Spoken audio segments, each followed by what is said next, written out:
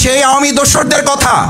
এটা দেশপ্রেমী এবং সৎ দক্ষ যোগ্য লোক যেখানে বসে তাদের দৃষ্টিতে জামাত ছাড়া তারা কিছুই দেখতে পায় না। এই একই কথা বলে আমাদের 5 ওয়াক্ত নামাজে ডাকা আব্বারকে হত্যা করা হয়েছে, এ কথা বলে ভবিষ্যতে ইসলামপন্থী দেশপ্রেমিক লোকদেরকে আর ঠেকিয়ে রাখা যাবে না। এটা ষড়যন্ত্র এবং সেই আওয়ামী দোসরদের আর একটা নতুন সুর।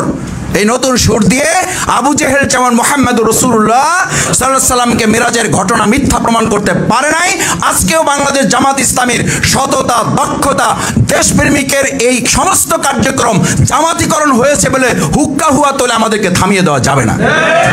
নবী মুহাম্মদ রাসূলুল্লাহ সাল্লাল্লাহু আলাইহি ওয়াসাল্লামকে মিরাজের মাধ্যমে তাকে আসলে শুধু ঊর্ধ্বগমন করানো হয় নাই, তাকে গোটা বিশ্বের জন্য আজ, অতীত এবং ভবিষ্যতের সামগ্রিককে সামনে রেখে সম্মানিত করা হয়েছে। তখন সম্মানিত করা হয়েছে গোটা বিশ্ব যখন তাকে অপমান এবং লাঞ্ছনার শেষ জায়গায় পৌঁছে দিয়েছিল।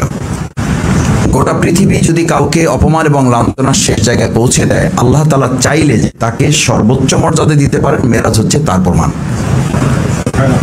বাংলাদেশ জামাত ইসলামীকে বিগত 16 বছর লাঞ্ছনা, অপমান, নির্যাতন, নিপীড়ন করে আমাদেরকে শেষ সীমায় পৌঁছাতে চেয়েছিল। আল্লাহ তাআলা দিয়েছেন, তাদেরকে শেষ করবেন, আমাদেরকে উপরে নিয়ে যাবেন। আলহামদুলিল্লাহ, আল্লাহ তাআলা সেই মিরাজেরই একটা অংশ। ইসলামের সাথে যদি কেউ সম্পৃক্ত থাকে, তাহলে দুনিয়ার কেউ আপনার সাথে না থাকলেও আল্লাহ তাআলা যদি চান, তার মর্যাদা তার থেকে কেউ ছিনিয়ে নিতে পারে না। মিরাজ হচ্ছে তার সবচেয়ে বড় প্রমাণ। সম্মানিত ভাই এবং বন্ধুগণ, শেষ কথা হচ্ছে, রাসূল করিম সাল্লাল্লাহু আলাইহি ওয়াসাল্লাম যখন মিরাজ থেকে ফিরে এসেছেন, হাতিমে কাবায় হাতিমে কাবায় বসে তিনি তখন ভাবছেন যে আমি এই যে মিরাজ সংগঠিত হয়েছে, এই কথা যদি এখন কাউকে বলি, তাহলে এই কথা বলার মধ্য দিয়ে কেউ আমাকে হয়তো পাগল বলবে, কেউ জাদুকর বলবে, কেউ গণক বলবে, কিন্তু কথাটা তো সত্য, এটা তো বলতে হবে।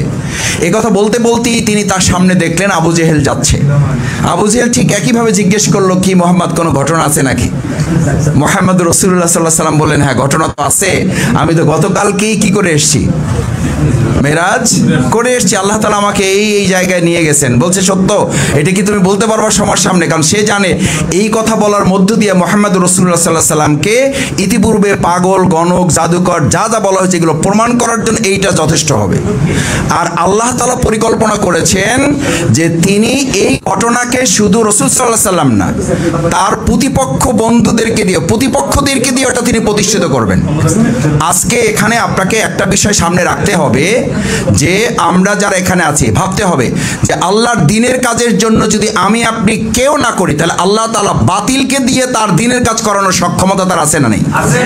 এই কথার প্রমাণ হচ্ছে আবু জেহেল তখন বললেন, মুহাম্মদ তুমি তোমার কথা ঠিক থাকো, তোমার লোক ডাকা লাগবে না, আমি সমস্ত গোত্রের নেতা এবং যা আছে সব ডাকার ব্যবস্থা করতেছি। এবং ডাকছে, তারপরে বলা শুরু করলো, ওখানে তারাও ছিল যারা এই বাইতুল মাকদাস সম্পর্কে ভৌগোলিক জ্ঞান ছিল। সব কোশ্চেনের জবাব দেওয়া শেষ। এবার বলা হলো, তুমি বাইতুল মাকদাসের জানলা কয়টা, কপাট কয়টা, দরজা কয়টা, এটা হলো আসলে জানা উদ্দেশ্য না, উদ্দেশ্য হলো ঠকানো, উদ্দেশ্য হলো ঠেকিয়ে দেওয়া। বাংলাদেশ জামাত ইসলামীকে আমরা লক্ষ্য করি, এই সময় এসে আমাদেরকে কেউ জামাতিকরণ করা হচ্ছে বলে প্রতিষ্ঠানে সব আমরা নিয়ে নিচ্ছি, একথা বলে আমাদেরকে থামিয়ে দেওয়ার চেষ্টা করা হচ্ছে। এ কথা সেই আওয়ামী দোসরদের কথা। এটা দেশপ্রেমী এবং সৎ দক্ষ যোগ্য লোক যেখানে বসে তাদের দৃষ্টিতে জামাত ছাড়া তারা কিছুই দেখতে পায় না। এই একই কথা বলে আমাদের 5 ওয়াক্ত নামাজে ডাকা আব্বারকে হত্যা করা হয়েছে, এ কথা বলে ভবিষ্যতে ইসলামপন্থী দেশপ্রেমিক লোকদেরকে আর ঠেকিয়ে রাখা যাবে না। এটা ষড়যন্ত্র এবং সেই আওয়ামী দোসরদের আর একটা নতুন সুর। এই নতুন সুর দিয়ে আবু জেহেল যেমন মুহাম্মদুর রাসূলুল্লাহ সাল্লাল্লাহু আলাইহি সাল্লামকে মিরাজের ঘটনা মিথ্যা প্রমাণ করতে পারে নাই, আজকেও বাংলাদেশ জামাত ইসলামীর সততা, দক্ষতা, দেশপ্রেমিকের এই সমস্ত কার্যক্রম জামাতিকরণ হয়েছে বলে হুক্কা হুয়া তোলে আমাদেরকে থামিয়ে দেওয়া যাবে না। আসুন, সেই দিন রাসূল করিম সাল্লাল্লাহু আলাইহি সাল্লাম বললেন, আমি যখন সব বর্ণনা শেষ করলাম, যখন দরজা, কপাট, জানালা, ইট, বালু, রড, সিমেন্টের প্রশ্ন আসলো, আল্লাহ সুবহানাহু ওয়া তাআলা জিবরাইল আমিনকে দিয়ে গোটা বাইতুল মাকদাসের চিত্র আমার সামনে তুলে ধরলেন।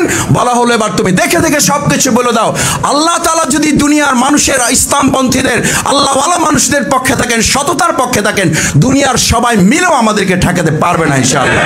মেরাজ হচ্ছে সেই শিক্ষা। আসুন, সেই শিক্ষায় আমরা উদ্দীপ্ত হই। আল্লাহ তাআলার কাছে সেই প্রার্থনা করে এ পর্যায়ে আমাদের সামনে কথা বলার জন্য অনুরোধ করছি বাংলাদেশ জামাত ইসলামী কেন্দ্রীয় মজলিস